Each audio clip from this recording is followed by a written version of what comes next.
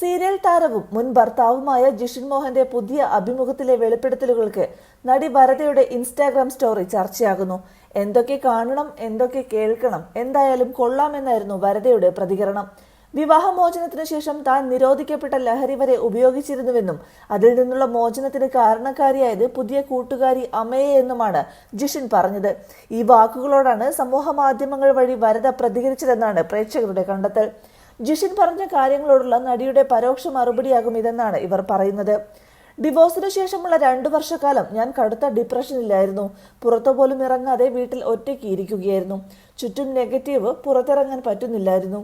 കള്ളുകുടി തുടങ്ങി പല കാര്യങ്ങളിലോട്ടും ഞാൻ പോയിട്ടുണ്ട്. സിന്തറ്റിക് ഡ്രഗ്സ് ഉപയോഗിച്ചിട്ടുണ്ട്. ഈ എല്ലാ സാധനങ്ങളിൽ നിന്നും എനിക്ക് മോചനം വന്നത് അമയെ പരിചയപ്പെട്ടതിനു ശേഷമാണ്. അമയെ കാരണമാണ് ലഹരി ഉപയോഗം നിർത്തിയത്. ജീവിതത്തിൽ ഒറ്റപ്പെട്ടു പോകുന്നവർക്ക് സംഭവിച്ചു പോകുന്നതാണിതെന്നായിരുന്നു ജിഷിൻ ഒരു അഭിമുഖത്തിൽ പറഞ്ഞത്. ഞങ്ങളുടെ ബന്ധത്തെക്കുറിച്ച് അമയെ പറഞ്ഞതു തന്നെയാണ് എനിക്കും പറയാനുള്ളത്.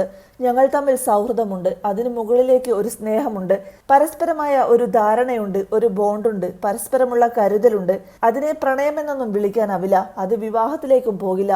ആ ബന്ധത്തിനെ എന്തു പേരെടുത്തും വിളിച്ചോട്ടെ, പക്ഷെ അവിഹിതമെന്ന് പറയരുത്.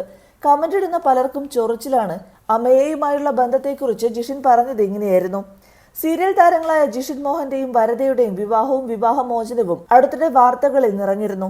ദീർഘകാലമായി പിരിഞ്ഞു കഴിഞ്ഞിരുന്ന ഇരുവരും ഈ വർഷം ജനുവരിയിലാണ് വിവാഹമോചിതരായത്.